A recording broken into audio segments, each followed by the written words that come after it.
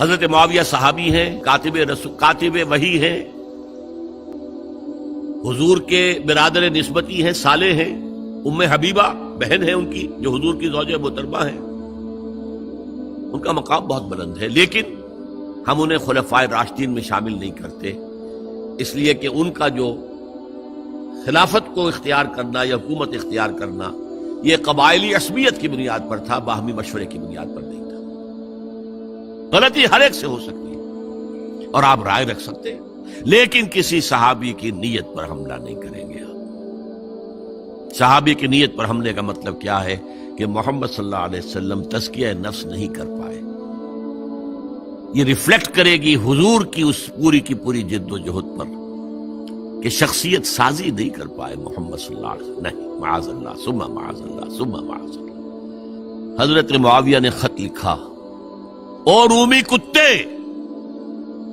اگر تو نے دارالاسلام پر حملہ کرنے کی جرت کی تو سن لے کہ علی کی طرف سے لڑنے والوں میں سب سے پہلے معاویہ ہوگا تیرے خلاف۔ حضرت علی کو انہوں نے شہید کیا جو ان کے ساتھی تھے خوارج۔ جنگ صفین میں حضرت معاویہ کے کہنے سے عمرو بن العاص رضی اللہ تعالیٰ عنہ نے قرآن مجید جو ہے نیزے پر اٹھا لیا کہ لڑائی بند کرو، قرآن کو حکم بنا لو، جو قرآن فیصلہ کر دے وہ ہم بھی قبول کریں، تم بھی کرو۔ حضرت علی کا خیال یہ تھا رضی اللہ تعالیٰ عنہ یہ چال ہے، اور انہوں نے روکا اپنے ساتھیوں کو، لیکن اکثر لوگوں نے کہا قرآن آ گیا بیچ میں، اب ہم کیسے ہتھیار چلائیں؟ اس میں میرا ذہن جاتا ہے ایک حدیث کی طرف، بڑی اہم حدیث ہے، اور اس کے راوی حضرت علی ہیں۔ حضرت علی فرماتے ہیں کہ حضور نے فرمایا انہا ستکون فتنۃ، ان قریب ایک بہت بڑا فتنہ رونما ہوگا۔ حضرت علی فرماتے ہیں میں نے عرض کیا مل مخرج منہا یا رسول اللہ، اس سے نکلنے کا راستہ کون سا ہوگا؟ فرمایا کتاب اللہ فیہ خبر ما قبلکم ونبأ ما بعدکم وحکم ما بینکم، اس قرآن میں تم سے پہلے لوگوں کی خبریں موجود ہیں، بعد آنے والوں کے حالات موجود ہیں، اور تمہارے درمیان جو اختلافات بھی پیدا ہوں گے ان کا حل موجود ہے۔ تو کیسے نہ مانتے ہیں مسلمان؟ قرآن کو حکم بنایا جا رہا۔ بہرحال اس کے نتیجے میں جو بھی ہوا ہے یہ اب تاریخ کا معاملہ ہے، میں اس کی تفصیل میں نہیں جانا چاہتا، مسئلہ حل نہیں ہو سکا، لیکن حضرت علی کی خلافت جو ہے ان کے ہاتھ پر بیعت ہو گئی تھی، وہ چلی، لیکن 4.5 برس سوائے خانہ جنگی کے اور کچھ نہیں ہوا۔ وہ جو قافلہ آگے چل رہا تھا سیل رواں، وہ 1 انچ بھی آگے نہیں بڑھا۔ البتہ قیصر روم نے جب دیکھا یہ تو آپس میں لڑ رہے ہیں، اب موقع ہے میں حملہ کروں، چونکہ وہاں قریب ترین تو حضرت امیر معاویہ بیٹھے ہوئے تھے نا، شام میں، شام سے ملحق تھا نا آگے قیصر۔ حضرت معاویہ نے خط لکھا، او رومی کتے، اگر تو نے دارالاسلام پر حملہ کرنے کی جرت کی تو سن لے کہ علی کی طرف سے لڑنے والوں میں سب سے پہلے معاویہ ہوگا تیرے خلاف۔ لہذا اس نے جرت نہیں کی۔ بہرحال حضرت علی کو شہید کرنے والے تھے ایکسٹریمسٹ جو خود ان کے اپنے ساتھیوں میں سے تھے۔ انہوں نے کہا وہ کہاں حکم کیوں مانا؟ ان الحکم الا للہ، اللہ کے سوا کسی کا حکم نہیں، قرآن حکم نہیں ہے، کیوں مانا تم نے؟ اور اگر مانا تھا تو اب حکم کے بعد کیوں نہیں مانتے؟ چھوڑ دو خلافت۔ بہرحال یہ کہلاتے ہیں خوارج، جنہوں نے بغاوت کی ہے حضرت علی کے ساتھیوں سے۔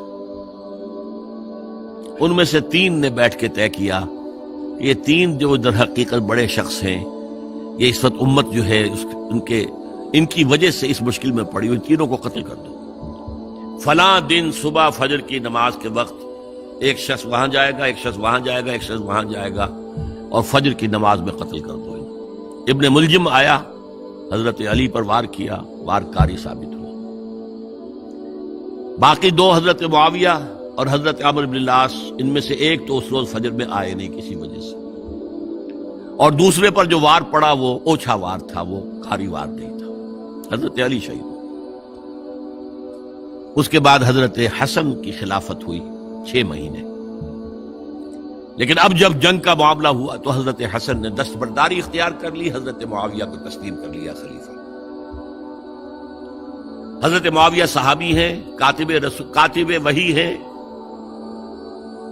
حضور کے برادر نسبتی ہیں، صالح ہیں، ام حبیبہ بہن ہے ان کی جو حضور کی زوجہ محترمہ ہے، ان کا مقام بہت بلند ہے، لیکن ہم انہیں خلفائے راشدین میں شامل نہیں کرتے، اس لیے کہ ان کا جو خلافت کو اختیار کرنا یا حکومت اختیار کرنا یہ قبائلی عصبیت کی بنیاد پر تھا، باہمی مشورے کی بنیاد پر نہیں تھا۔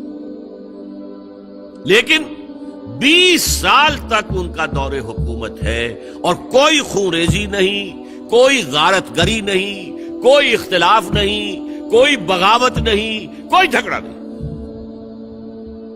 مدبر اس درجے کے تھے۔ اب آئیے آخری سٹیج آئی، حضرت معاویہ کو مشورہ دیا گیا، مغیرہ ابن شعبہ ایک بزرگ صحابی تھے، کہ دیکھیے جناب امیر،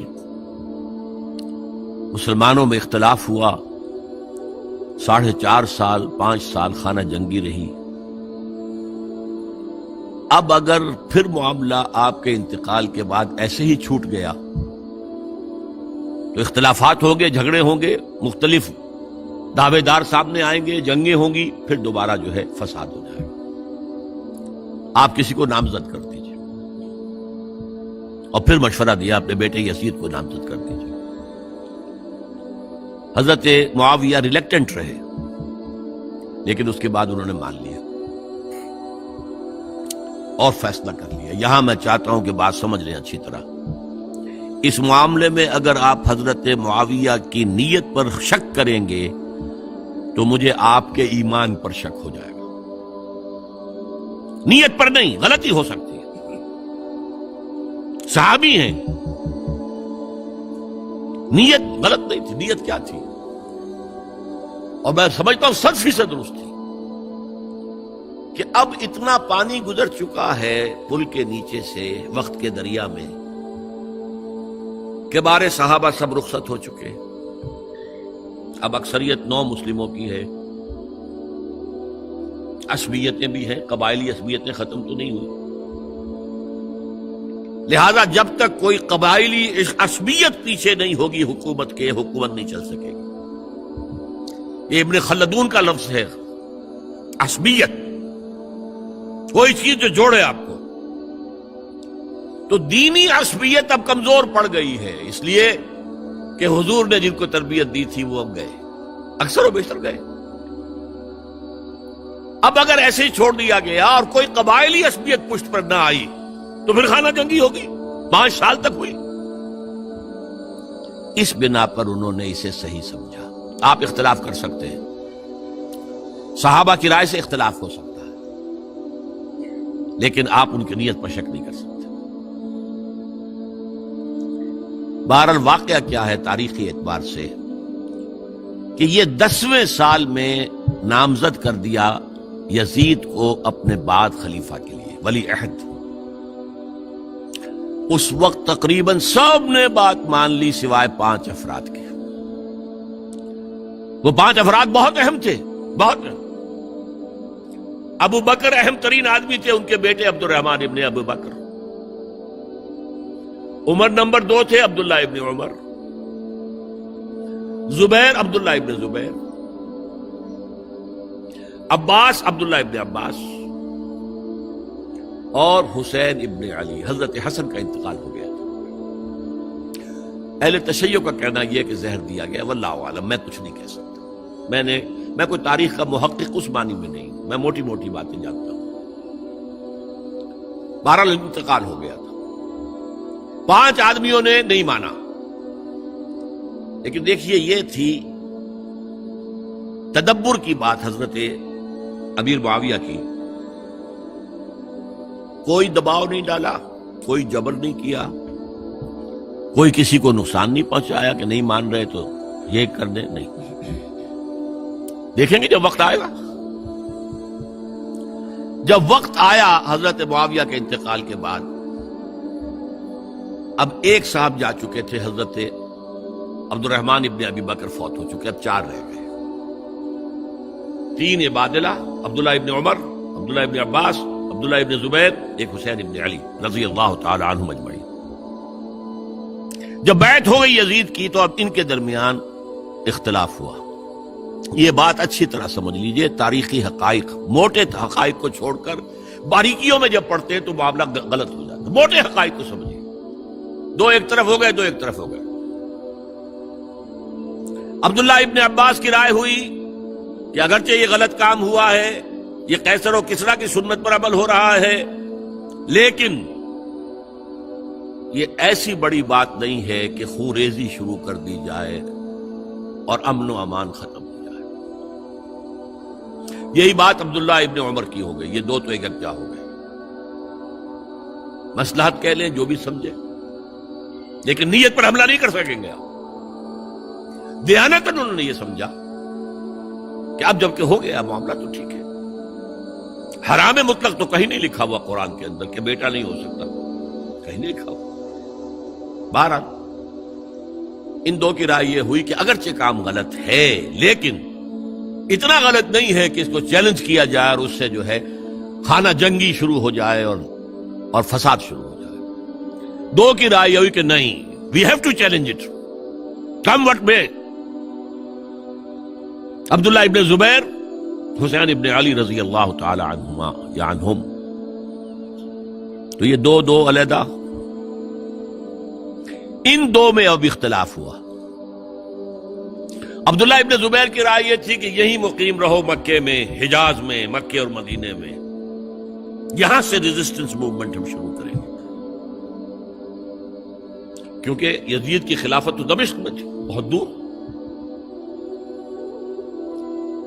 حضرت حسین کو خطوط آ رہے تھے کوفے سے، کوفہ حضرت علی کا صدر مقام رہا تھا، اور جن سبائیوں نے فتنہ پیدا کیا تھا حضرت عثمان کے خلاف وہ بھی وہیں آباد تھے۔ انہوں نے خطوط کا تاطا باندھ دیا، آپ آئیے ہم آپ سے بیعت کریں گے اور کھڑے ہوں گے اور مقابلہ کریں گے اور اس یزید کی حکومت ختم کریں گے۔ ڈاک کے تھیلے بھرے ہوئے۔ حضرت حسین نے فیصلہ کیا کوفے جانے کا، بہت روکا۔ عبداللہ ابن عباس بہت ان سے بزرگ تھے عمر میں، اور ویسے بھی ایک اعتبار سے نانا تھے، ایک اعتبار سے پڑدادا تھے۔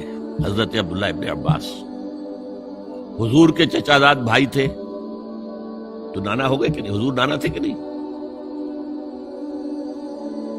اور حضور کے چچا تھے حضرت عباس، ان کے بیٹے ہیں یہ۔ تو اس اعتبار سے حضرت علی رضی اللہ تعالیٰ عنہ کہ کیا ہو گئے چچا، بہرحال میں کچھ گڑبڑ کر رہا ہوں اس وقت، وہ دوڑتے جا رہے تھے کہ حسین خدا کے لیے مت جاؤ، خدا کے لیے مت جاؤ، یہ کوفی تمہارا ساتھ نہیں دیں گے، الکوفی لا یوفی، کوفی وفا نہیں کرتا وعدہ،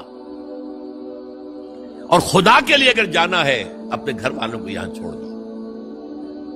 بس حضرت حسین پر رضی اللہ تعالی عنہ جو ایک کیفیت تھی، انہوں نے سب باتوں کو نظر انداز کیا۔ وہاں ہزاروں لوگوں نے مسلم بن عقیل جو حضرت حسین کے نمائندے کی حیثیت سے پہلے گئے تھے، ان کے ہاتھوں پر بیعت کیا، وہ خطوط آ رہے تو اور بھی بات پختہ ہو گئی۔ ابھی راستے ہی میں تھے کہ پتہ چلا کہ ابن سیاد گورنر بن کر آیا ہے، اور اس نے جو وہاں پر تشدد کیا ہے اور ڈنڈا برسایا ہے، سب بیعت توڑ کے گھروں میں چھپ گئے، اور مسلم بن عقیل جو ہیں وہ بے یار و مددگار شہید بھی کر دیے گئے۔ حضرت حسین نے ارادہ کیا کہ واپس ہو جائے مدینے کی طرف۔ اب مسلم بن عقیل کے بیٹے جو ہیں، وہ عرب کی ایک غیرت ہے، ایک آنر جسے آج کل کہتے ہیں، ہم اپنے باپ کا بدلہ لیے بغیر نہیں جائیں گے۔ اور حضرت حسین کی شرافت اور مروت، یہ لوگ میرے ساتھ آئے تھے نا، میرا ساتھ دے رہے تھے، اب میں ان کا ساتھ کیسے چھوڑوں؟ بہرحال وہ حادثہ فاجعہ ہو کر رہا، اور اس میں سب سے بڑا سبب جو بنا ہے وہ میں چاہتا ہوں جس کی طرف کسی کی نگاہ نہیں گئی۔ افسوس یہ ہے کہ میرا اس پر جو کتابچہ ہے سانحہ کربلا وہ آؤٹ آف پرنٹ تھا، کوشش تھی کہ آج یہاں وہ پیش کیا جاتا، مختصر ترین، لیکن آپ دیکھیں گے کہ کلیئر ہو جاتی ہے ہسٹری۔ دو کتابچے ہیں، شہید مظلوم، میرے نزدیک مظلوم ترین شہید حضرت عثمان رضی اللہ تعالی عنہ، اور سانحہ کربلا، بہت بڑا سانحہ، اس میں کوئی شک نہیں۔ حضرت حسین کے صبر اور مثابرت اور استقلال اور شجاعت یہ مثالی ہیں تاریخ کے اندر۔ اپنے سامنے جو ہے اپنے ایک ایک کر کے چراغ گل ہو رہے ہیں، خاندان سارا ختم ہو رہا ہے، شیر خوار بچے شہید ہو رہے ہیں۔ وہ تو ایک بچہ بیمار تھا، حضرت علی بن حسین زین العابدین رحمت اللہ علیہ، وہ بچا ہے۔ لیکن اصل میں شرافت اور مروت جو ہے وہ بسا اوقات اپنی شرافت کی وجہ سے مار کھا جاتی ہے۔ حضرت حسین سے میرے نزدیک یہ ایک اسٹریٹجک مسٹیک ہوئی کہ جب کوفیوں کا لشکر سامنے تھا تو وہاں کھڑے ہو کر ایک ایک کا نام لے گا، فلاں ابن فلاں، کیا تم نے مجھے خط نہیں لکھا تھا؟ اے فلاں ابن فلاں، کیا تم نے مجھے خط نہیں لکھا تھا؟ سب کے راز فاش کر رہے ہیں، اور دیکھو یہ میرے پاس یہ تھیلے بھرے ہوئے تمہارے خطوں کے موجود ہیں، تم نے مجھے بلایا اور میں آیا۔ یہ بات تھی جس کی بنا پر اب ان کے لیے کوئی چارہ نہیں تھا کہ انہیں شہید کر دیں، ورنہ تو یہ ہمارا بھانڈا پھوڑ دیں گے جا کر یزید کے پاس، تو ہماری کھالیں کھنچ جائیں گی۔ یہی وجہ ہے کہ حضرت حسین نے 3 آفرز کی، مجھے واپس مدینے جانے دو، نہیں، مجھے یزید کے پاس جانے دو، نہیں، مجھے کہیں اسلامی سرحد پر بھیج دو، میں وہاں پر کافروں سے جنگ کرتے ہوئے زندگی ختم کر لوں گا، نہیں، ہیئر اینڈ ناؤ بیٹھ کرو۔ یہ حضرت حسین کی شرافت، غیرت، حمیت، مروت اس کے خلاف تھا، لہذا انہیں شہید کیا گیا۔ اور پھر خیموں کو آگ لگائی گئی، یہ نوٹ کیجئے کیوں لگائی گئی۔ اگر تو یہ غصے اور انتقام میں اور وینجینس میں ہوتا تو حضرت علی بن حسین زین العابدین کو بھی شہید کرنا چاہیے تھا، نہیں کیا۔ اگر یہ اس طرح کا معاملہ ہوتا تو خواتین کی بے حرمتی ہوتی، نہیں ہوئی۔ یہ خیمے کیوں جلائے؟ تاکہ وہ جو ایویڈنس ہے وہ ختم ہو جائے، ہمارے خلاف یہ جو ڈاکومنٹری پروف لیے پھر رہے ہیں، خیمے جلیں گے اور یہ تھیلے بھی جل جائیں گے اور یہ خود بھی جل جائیں گے اور ہم بچ جائیں گے۔ یہ ہے میرا تجزیہ۔ بہرحال اس میں کوئی شک نہیں کہ تاریخ انسانی کے عظیم حوادث میں سے وہ ہے، اور میرے نزدیک حضرت حسین رضی اللہ تعالیٰ عنہ کا اختلاف کر سکتا ہے، جو چاہے کرے، حضرت حسین سے اختلاف کرے اور اتفاق کرے حضرت عبداللہ ابن عمر، عبداللہ ابن عباس کے ساتھ، تب بھی ٹھیک ہے۔